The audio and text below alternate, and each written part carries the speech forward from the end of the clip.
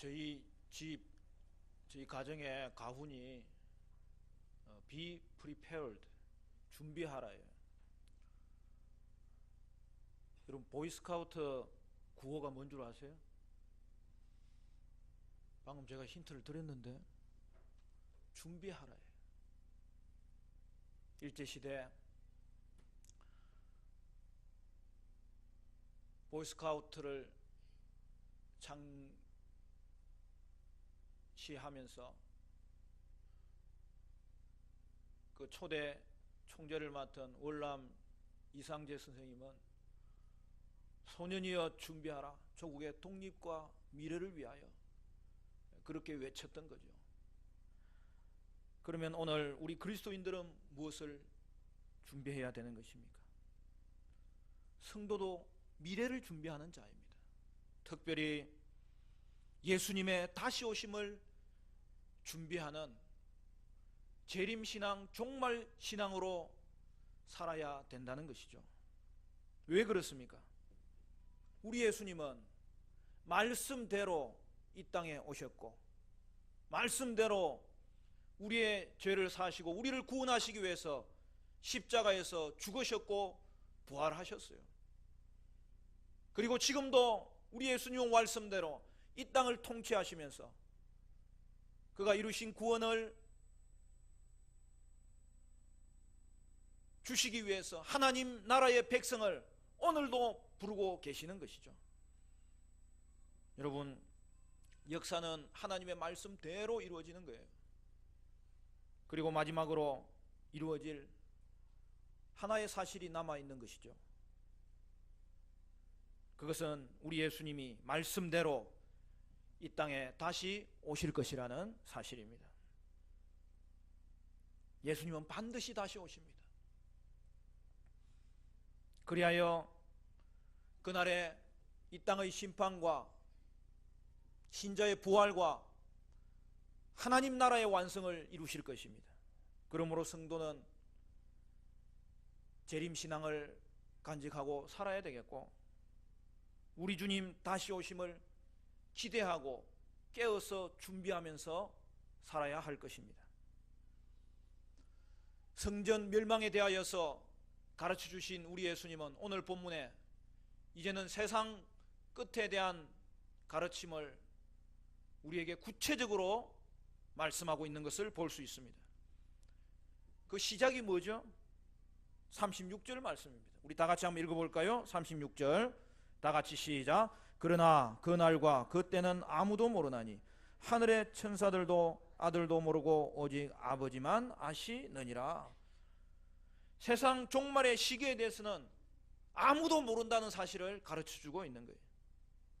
아무도 모르고 천사도 모르고, 오늘 본문을 보면 예수님 자신도 모른다고 말씀합니다. 여러분, 우리 예수님이 모르는 것이 어디 있겠습니까? 그러나 이 말씀은 아들조차도 재림의 시기에 관해서는 아버지께 온전히 맡기는 역할을 감당하셨다는 것을 보여주는 것이죠. 사랑하는 성도 여러분, 예수님이 모른다는 것은 오늘 우리에게 강조하는 내용이 무엇이냐? 아무에게도 재림의 시기에 대해서는 알려져 있지 않다는 것을 말씀하고 있는 거예요.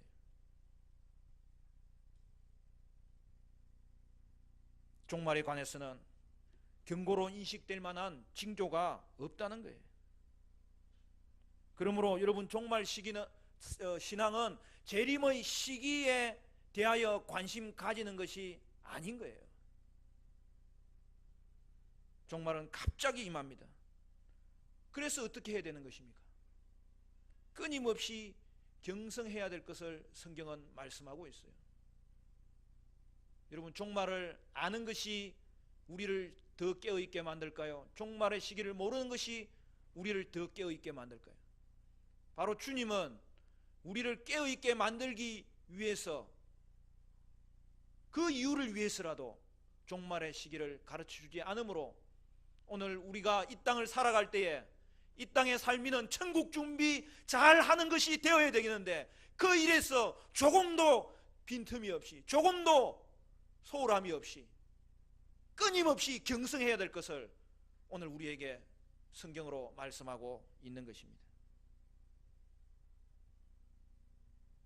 42절에 그 말씀이 나오죠. 우리 42절도 같이 읽을까요? 다 같이 시작. 그러므로 깨어있으라. 어느 날에 너희 주가 임할는지 너희가 알지 못함이니라.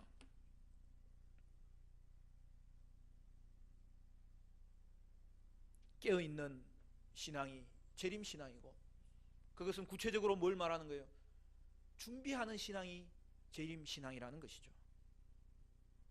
사랑하는 성도 여러분, 여러분은 지금 깨어있는 신앙으로 살아가고 있습니까? 아니면 잠자는 신앙으로 살아가고 있습니까? 여러분은 준비하는 신앙으로 살아가고 있습니까? 아니면 안일한 태도로 살아가고 있는 것입니까?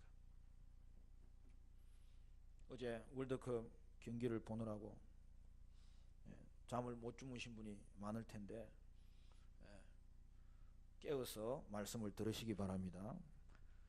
여러분, 운동장에 나가는 선수가 평소 얼마만큼 실력을 닦느냐에 따라서 그 대회를 성공적으로 치를 수 있고 또한 못 치르고 하는 결과가 나오는 것이죠. 제가 어제는 2대1로 질 거라는 것을 정확하게 맞췄어요. 그래서 제가 바라는 것은 뭐냐면 한 골을 넣을 수 있을 만큼 투지를 가져야 된다는 거죠. 골을 먹는 것은 실력 때문에 먹는 거예요. 그러나 골을 넣는 것은 최선을 다하면 할 수 있는 일이라는 거죠. 오늘 우리의 삶도 마찬가지예요. 여러분, 평소 보이지 않는 곳에서 훈련하는 사람이 고수인 거예요. 그거는 쉬운 일이 아니에요. 지금 당장 사용하지 않는데도 미래에 사용할 그때를 위해서 준비하고 훈련하는 것은 생각보다 쉽지 않아요. 그러나 성공하는 사람들은 언제든지 보이지 않는 그곳에서 훈련하고 배우고 공부하고 열심히 단련하고 있는 것을 볼 수 있어요. 평소 때 놀고 준비하지 아니하고 훈련되지 아니하는 사람은 실전의 날에 실력을 갖출 수 없어요. 오늘 저와 여러분도 우리의 일상도 마찬가지지만 주님 오심을 준비하는 우리의 삶의 신앙이 그날에 주님을 즐겁게 맞이하도록 오늘 이 땅에서 하나님께서 주어진 시간 가운데 훈련하며 단련하며 예수님 닮기를 위해서 열심히 배우며 봉사하며 달려가는 것이 있어야 될 텐데 그 은혜가 저와 여러분 가운데 풍성하게 있게 되시기를 간절히 축원합니다. 오늘 본문에 보면 36절도 방금 읽었고 42절도 읽었는데 오늘 본문의 강조는 재림의 시기에 대해서는 어느 누구에게도 알려져 있지 않다는 것을 예수님이 가르쳐 주는 거예요. 그래서 예수님의 종말론 설교에는 재림의 시기는 알려져 있지 않다는 것이 명시적으로 6번이나 강조되고 있어요. 방금 36절 42절도 그렇고 여러분 그 뒤에 넘어가서 43절에도 어느 시각에 올 줄 알지 못한다는 것을 말씀하고 여러분 44절에도 생각하지 않은 때에 온다고 강조하고 여러분 50절에도 생각하지 않은 날 알지 못하는 시각이라고 분명히 명시하고 있어요. 그리고 25장에 예수님이 종말론 비유를 말씀하실 때에도 여러분 거기 13절에 가면 그런즉 깨어있으라 너희는 그 날과 그 때를 알지 못하느니라고 말씀하고 있어요. 그러므로 우리는 어디에 관심을 가져야 되느냐? 종말의 시기에 관심 가지는 것이 아니라 종말에 대한 우리의 자세가 어떠해야 되고 종말에 대한 우리의 태도가 어떠한지를 점검하고 관심 가지고 그거에 대해서 생각하고 지내라고 성경은 말씀하고 있는 것입니다. 왜 그렇습니까? 시기는 모르지만 우리 주님 다시 오시면 반드시 이루어질 내용이기 때문입니다. 우리는 예수님의 종말론 설교를 살펴보고 있어요. 예수님은 오늘 본문 이후에 종말론 비유를 통하여서 말씀하는데, 거기에 우리가 잘 아는 열처녀의 비유가 나오고 달란트 비유가 나옵니다. 그런데 그 이전에 예수님은 작은 비유 3가지를 우리에게 말씀하고 계신데, 그 내용은 뭐냐면 재림의 시기에 대해서는 알려주지 않았다는 사실을 구체적으로 이 비유를 통하여서 가르쳐 주고 있는 것이죠. 우리는 이 3가지 비유를 통해서 성도가 가져야 될 종말의 바른 자세가 무엇인지를 알 수 있게 되는 것이죠. 첫 번째로는 예기치 않게 임한다는 것입니다. 37절부터 작은 비유가 하나씩 등장하죠. 노아의 때와 같이 인자의 임함도 그러하리라. 홍수전에 노아가 방주에 들어가던 날까지 사람들이 먹고 마시고 장가들고 시집가고 있으면서 홍수가 나서 그들을 다 멸하기까지 깨닫지 못하였으니 인자의 임함도 이와 같으리라. 노아의 때 비유를 말하는 거예요. 여러분, 노아 당시에 사람들은 홍수가 있을 것을 노아를 통하여 들어서 알고 있었습니다. 그럼에도 불구하고 그들은 홍수로 심판하시는 하나님에 대해서 비웃었어요. 그 결과 그들은 멸망을 당할 수밖에 없었던 것이죠. 노아와 노아의 가족들은 구원받을 시기를 알았기 때문에 구원받은 것이 아니라 그들은 하나님의 경고에 대해서 항상 준비하는 자세를 갖췄기 때문에 그들은 구원받은 거예요. 여러분, 노아 당시에는 날씨가 오늘날과 달랐어요. 하늘에는 물궁창이 있어서 지구를 안전하게 감싸고 있었던 것이죠. 그래서 자외선이 지구에 비춰지지 않도록 그렇게 보호하는 기능을 갖춘 지구였어요. 그래서 여러분, 그 당시에는 사람들이 한번 살았다 하면 한 몇 살 삽니까? 한 900살 정도는 살아줘야 제대로 살았다고 이야기하는 거예요. 따라서 당시에는 이슬이 내리는 정도지 비가 뭔지를 모르는 거예요. 특별히 큰 비는 아무도 본 적이 없어요. 그것은 세상 사람들도 마찬가지고 노아와 노아의 가족들도 마찬가지예요. 그러나 노아와 그의 가족들은 홍수가 임한다는 하나님의 말씀을 믿은 것이죠. 그리고 믿음으로 준비하며 깨어 있었던 것이죠. 따라서 홍수가 오기 전에 그 어느 누구도 징조를 보지 못했어요. 예수님의 재림이 그와 같다는 거예요. 그날은 갑자기 임한 거예요. 그때까지 사람들은 먹고 마시고 시집가고 장가가며 평범한 일상의 생활을 즐기고 있었던 것이고, 자신들에게 심판이 임할 것이고라는 전혀 예상하지 못하면서 살았다는 것이죠. 그리고 이제 40절 이하에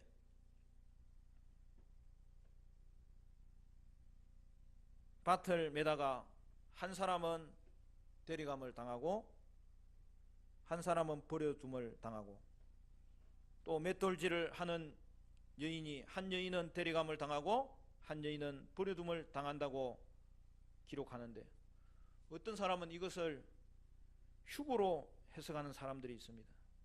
결론적으로 먼저 말하면 여러분, 이것은 휴거를 이야기하는 게 아니에요.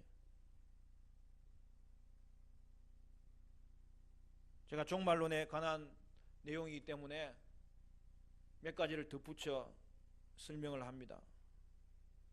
여러분, 지금 41절부터 나오는 이 말씀은 노아 홍수의 비유에 들어가 있는 내용이에요. 따라서 데려간 자는 휴거된 것이고 남겨진 자는 버려진 자라고 생각하면 안 되는 거예요. 도리어 사실은 거꾸로입니다. 왜요?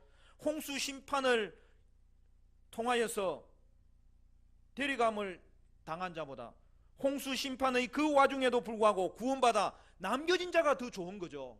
그러니까 여기서는 데려감을 당하는 자, 버려둠을 당하는 자, 그 중에서 어느 누구가 좋은 자인지를 택하라면 차라리 남겨진 자가 좋은 자예요. 여러분, 우리 성경이 계속 개정이 되잖아요. 이 성경은 개역 개정 성경이에요. 개역된 게 한 번 더 개정된 거예요.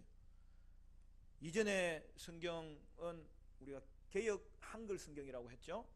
근데 오늘 우리가 개역 개정 성경에 보면 그때 두 사람이 밭에 있으며 한 사람은 데려가고 한 사람은 버려둠을 당할 것이요, 이렇게 되어 있는데, 이렇게 이야기하니까 버려둠을 당하는 것이 좀 더 부정적인 의미로 이렇게 번역했는데, 여러분 이전 개역 한글 성경에는 어떻게 되어 있냐면 한 사람은 데려감을 당하고 한 사람은 버려둠을 당할 것이요, 이렇게 두 사람에 대해서 동일한 표현이 담겨져 있는 거예요. 중립적으로 표현한 것이죠. 여러분, 그 번역이 나은 거예요. 더 나아가서 여러분, 여기 버려둠을 당한다는 번역이 뭐 특별한 의미가 있는 게 아니에요. 남겨졌다는 뜻이에요. 그러니까 오늘 이 40절 번역은 이전 성경이 나아요. 그리고 그 근본 뜻을 살펴보면 데려감도 당하는 거예요. 마지막 때에는 자기 의지대로 자기가 살 수 있는 게 아니에요. 그때는 하나님의 심판으로 말미암아 데려감을 당하는 거예요. 버려둠도 당하는 거예요. 그러나 그 버려둠은 남겨진다는 뜻이에요. 그렇기 때문에 여러분, 오늘 본문을 단순히 데려감을 당하는 것이 좋은 것이라고 그걸 생각해서도 안 될 뿐만 아니라 이것을 휴거에 적용하는 것은 그것은 더 잘못된 성경을 보는 해석이죠. 여러분, 휴거라는 말은 데살로니가 전서에 실제로 나오는 표현입니다. 예수님께서 공중에 재림하실 때에 택함 받은 백성은 공중으로 들림을 받아서 그 주님을 만나는 것이죠. 그러면 여러분, 들림 받고 나서 그 다음에는 어떻게 되는 거예요? 그것은 데살로니가 전서에 나오지 않아요. 그거는 성경 전체에 우리가 관련지어서 충분히 알 수 있어요. 뭐예요? 다시 내려오는 것이죠.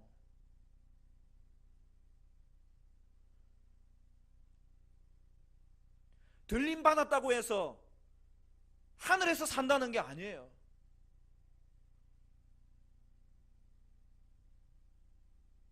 여러분, 예를 들어서 이런 겁니다.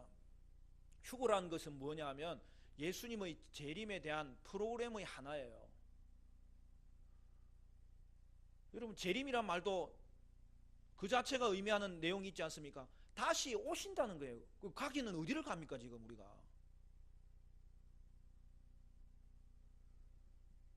여러분, 집에 높은 사람이 오면 방 안에 앉아서 그 사람을 맞이합니까? 집 앞까지 나가서 맞이합니까? 한 나라에 다른 나라 대통령이 오면 그 급에 따라서 대통령이 직접 나가는 경우도 있어요. 바로 그거예요. 왕이신 예수님이 세상 모든 통치를 이제 이루시고 이 땅에 주권자로 임하실 때에, 그때 하나님께서는 택한 백성에게 신령한 몸을 입히시는데, 우리가 그 왕이신 주님을 맞이하는 우리의 모습이 집에서 앉아서 맞이할 수 없잖아요. 그래서 우리가 들림받아서 공중에 오시는 주님을 공중에서 맞이하는 것이 그게 휴거라는 거예요. 그리고 그 다음에 어떻게 되는 겁니까? 그 주님과 함께 내려오시는 것이죠. 주님을 맞이하러 올라갔으면은 주님을 맞이하고 이제는 이 땅에 내려오는 것이죠. 여러분, 재림은 주님이 이 땅에 다시 오신다는 그 말 표현 그대로예요. 주님은 이 땅에 다시 오는 거예요. 그리고 이 땅에 오시는 주님을 맞이하는 것이 휴거고, 그 주님과 함께 우리는 다시 이 땅에 내려오는 것이 재림의 프로그램이에요. 결국 그 말은 무엇을 말하는 것입니까? 성도들은 다른 사람 올라갈 때 나만 남겨지는 거 아니냐 걱정할 필요가 없어요. 그것은 왜 그렇습니까?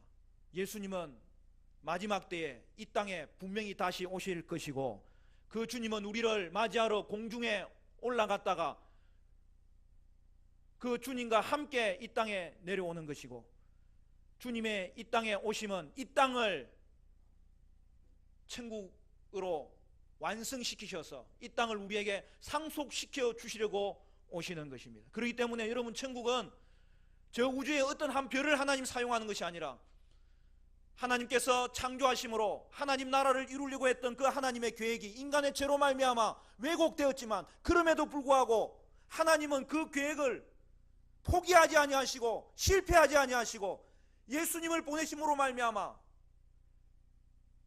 예수님의 그 죽으심을 통하여서 이 땅에 있는 그 에덴을 회복하는 것이고, 그러나 에덴의 회복보다 더 놀라운 하나님 나라가 완성되는 단계로 이루시는 것이 천국일진데, 사랑하는 성도 여러분, 저와 여러분은 그날에 믿음 준비 잘 하여서 공중에 임하시는 주님을 맞이할 수 있기를 바라고, 그 주님과 함께 다시 이 땅에 오심에 우리가 동참하는 자들이 될 수 있기를 바라고, 그 주님이 이 땅에 그의 나라를 완성하실 때에 이 땅에 남겨져서 그 나라를 상속받는 그 은혜의 자리가 성도들이 머물러야 될 자리인데, 그 자리에 한 사람도 낙오되지 아니하고 철저하게 깨어있어 믿음 준비 잘하다가 주님 맞이하는 저와 여러분들 될 수 있기를 간절히 축원합니다. 두 번째로 깨어있으라는 것이죠.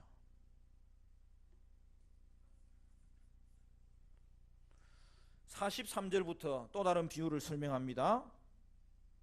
너희도 아는 바니 만일 집주인이 도둑이 어느 시각에 올 줄을 알았더라면 깨어있어 그 집을 뚫지 못하게 하였으리라. 이러므로 너희도 준비하고 있으라. 생각지 않은 때에 인자가 오리라.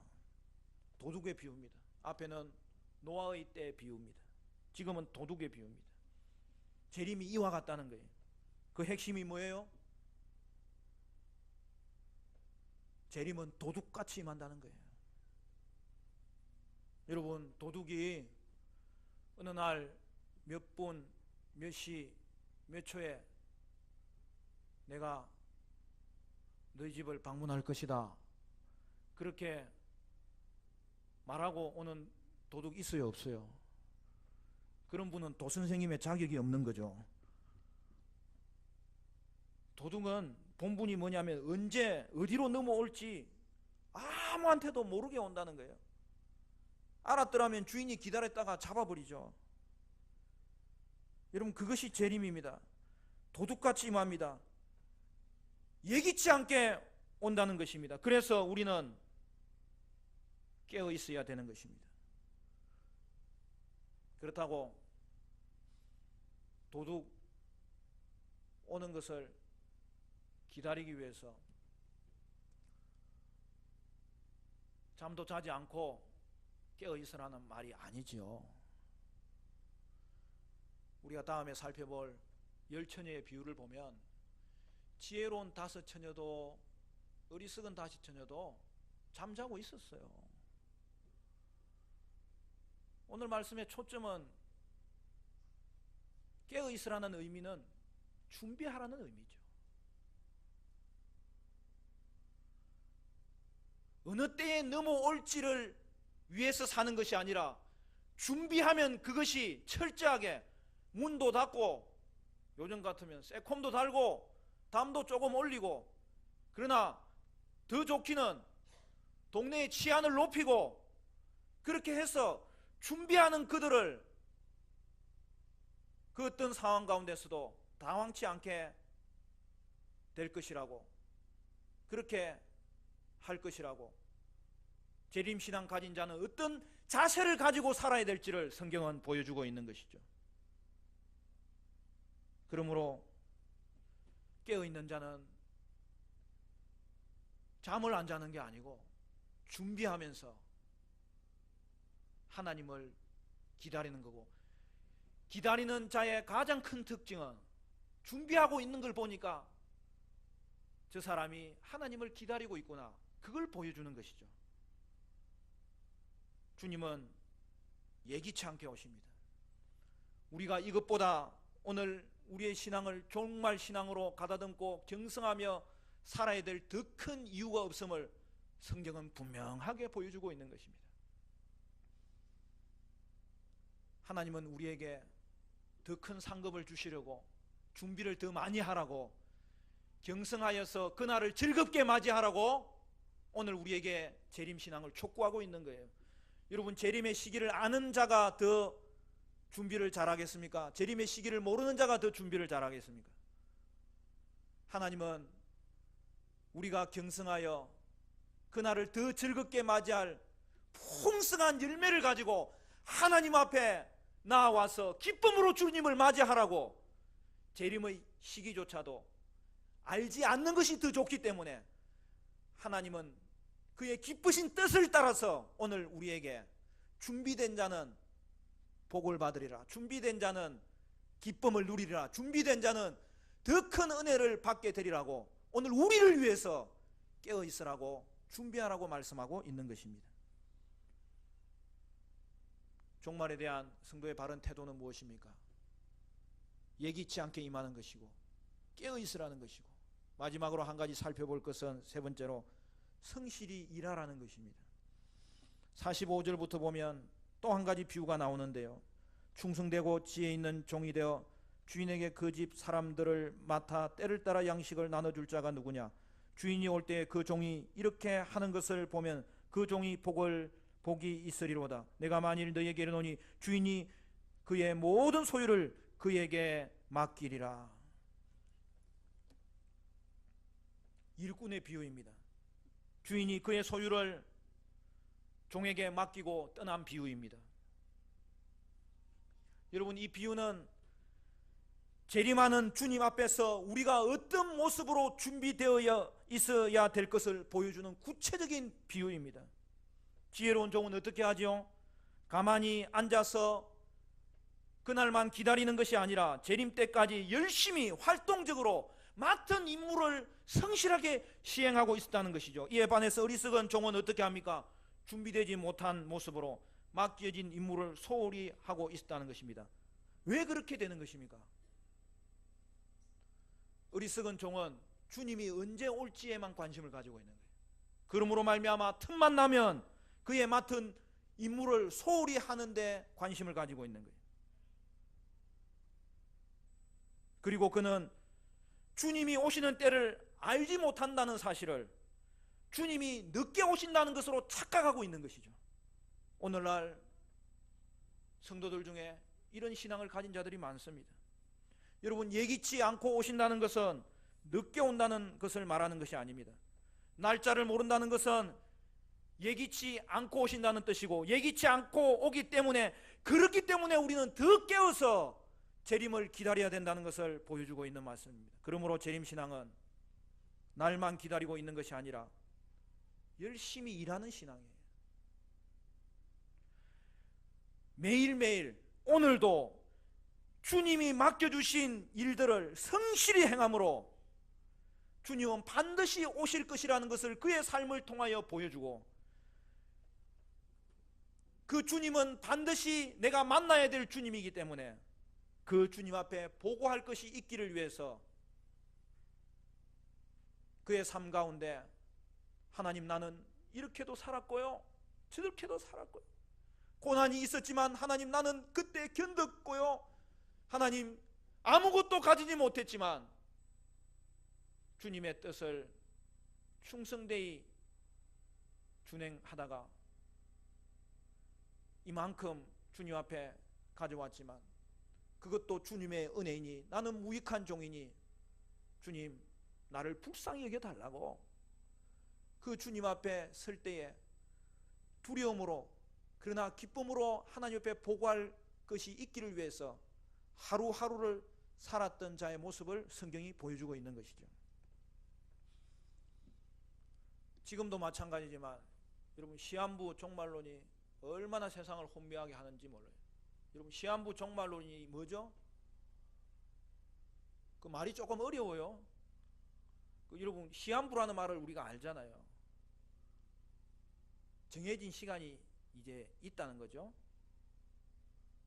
그러니까 시한부 종말론이라는 뭐냐면 날짜를 정하는 종말론을 말하는 거예요. 그래서 그들은 재림의 날과 그에 관한 징조에만 관심을 가지는 거예요. 오늘 우리 성경의 말씀과 완전히 반대입니다. 여러분, 예를 들어서 요즘 많은 사람들을 미혹하는 신천지를 볼까요? 신천지는 이만희가 죽으면 반토막 납니다. 그렇지만 그래도 사람들을 미혹하여서 또 다른 잘못된 일들을 사람들에게 버림으로 악영향을 줄 거예요. 신천지는 1984년에 예수님이 오신다고 했다가 그날에 예수님 오시지 않았어요. 그리고 그 이후에는 이제 뭐라고 이야기하냐면 14만 4천 명이 다 차지 않아서 다행이다. 당신의 가족들을, 그리고 당신이 그 자리에 차지 않을 수 있기 때문에 주님이 미뤘으니까 세상 일을 등한시하더라도 증거장막 성전에 모여야만 되고 거기 모여 있어야만 살아서 영생을 얻게 된다. 그렇게 가르치는 것이죠. 오늘날 이단의 모든 특징은 뭐냐 하면 날을 정하고 그 날을 정하면 그 날에 관한 징조에 관심을 가지게 됨으로 말미암아 하나님이 우리에게 맡겨주신 이 사명에 대해서는 아무 생각을 하지 못하도록 마비시켜버리고 그로 말미암아 우리에게 주신 이 사명을 통하여서 하나님이 우리에게 허락한 성도의 특권과 그 성도의 거룩한 사명과 그 성도에게 주시는 거룩한 의무를 하나도 행하지 못하고 이 땅을 살아가도록 눈멀게 하는 것이 특징인 것이죠. 여러분, 이단은 누구를 유혹하는지 아세요? 주님이 맡겨주신 현재의 일에 불성실하고 거기에 관심이 없는 게으른 성도, 태만한 성도, 여러분 그 성도들이 넘어가는 거예요. 그런 자들은 속이기가 어렵지 않아요. 여러분, 이 땅을 살아갈 때 어떤 삶이 더 힘들겠습니까? 세상 일 다 집어치우고 교회만 모여서 재림만 기다리는 거, 그게 여러분 어려운 줄 아세요? 어렵지 않아요. 그거는 정말 힘든 것은 오늘 내게 맡겨주신 주님의 사명을 감당하고 오늘 내게 맡겨주신 하나님의 사람들을 세우기 위해서 하나님이 내게 사명을 맡겨주셨는데 이 사명 감당하기 위해서 하루하루의 발걸음을 주님 의지하면서 주님 뜻에 맞춰보려고 애쓰며 몸부림칠 때 여러분 그 삶은 쉽지 않습니다. 그러나 그 삶을 통하여 하나님은 이 땅에서 우리가 천국을 경험할 수 있게 하시고 그 삶을 통하여 하나님의 나라의 확장이 우리를 통하여 이루어지게 하시고 그리고 주님 오시는 날 기쁨으로 주님을 맞을 수 있도록 우리를 준비시켜 주시는 것인데, 사랑하는 성도 여러분, 날짜만 기다리는 것은 재림신앙 아니에요. 열심히 일하는 게 재림신앙이에요. 그것이 오늘 지혜로운 종에게 주신 하나님의 말씀이고 우리가 다음에 살펴볼 달란트 비유에서 하나님이 우리에게 주시는 종말신앙의 자세인 것이죠. 말씀을 맺겠습니다.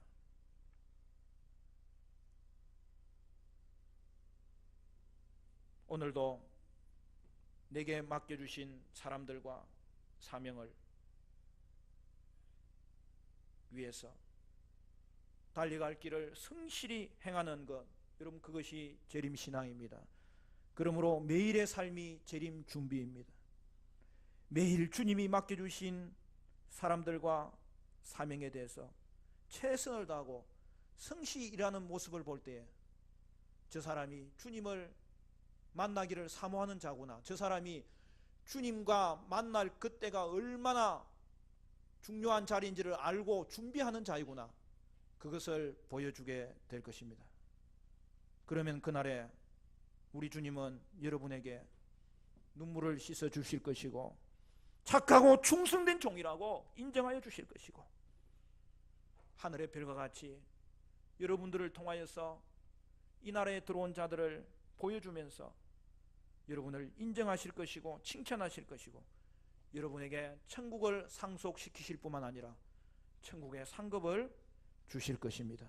사랑하는 성도 여러분, 저와 여러분은 매일 깨어서 준비함으로 성시이라는 재림신앙을 간직하여 이 땅에서도 주님 의지함으로 천국을 맛보시기를 바라고, 그날에 주님을 맞을 때에 기쁨으로 주님을 맞이할 수 있는 그 은혜가 충만하게 임하시기를 간절히 축원합니다.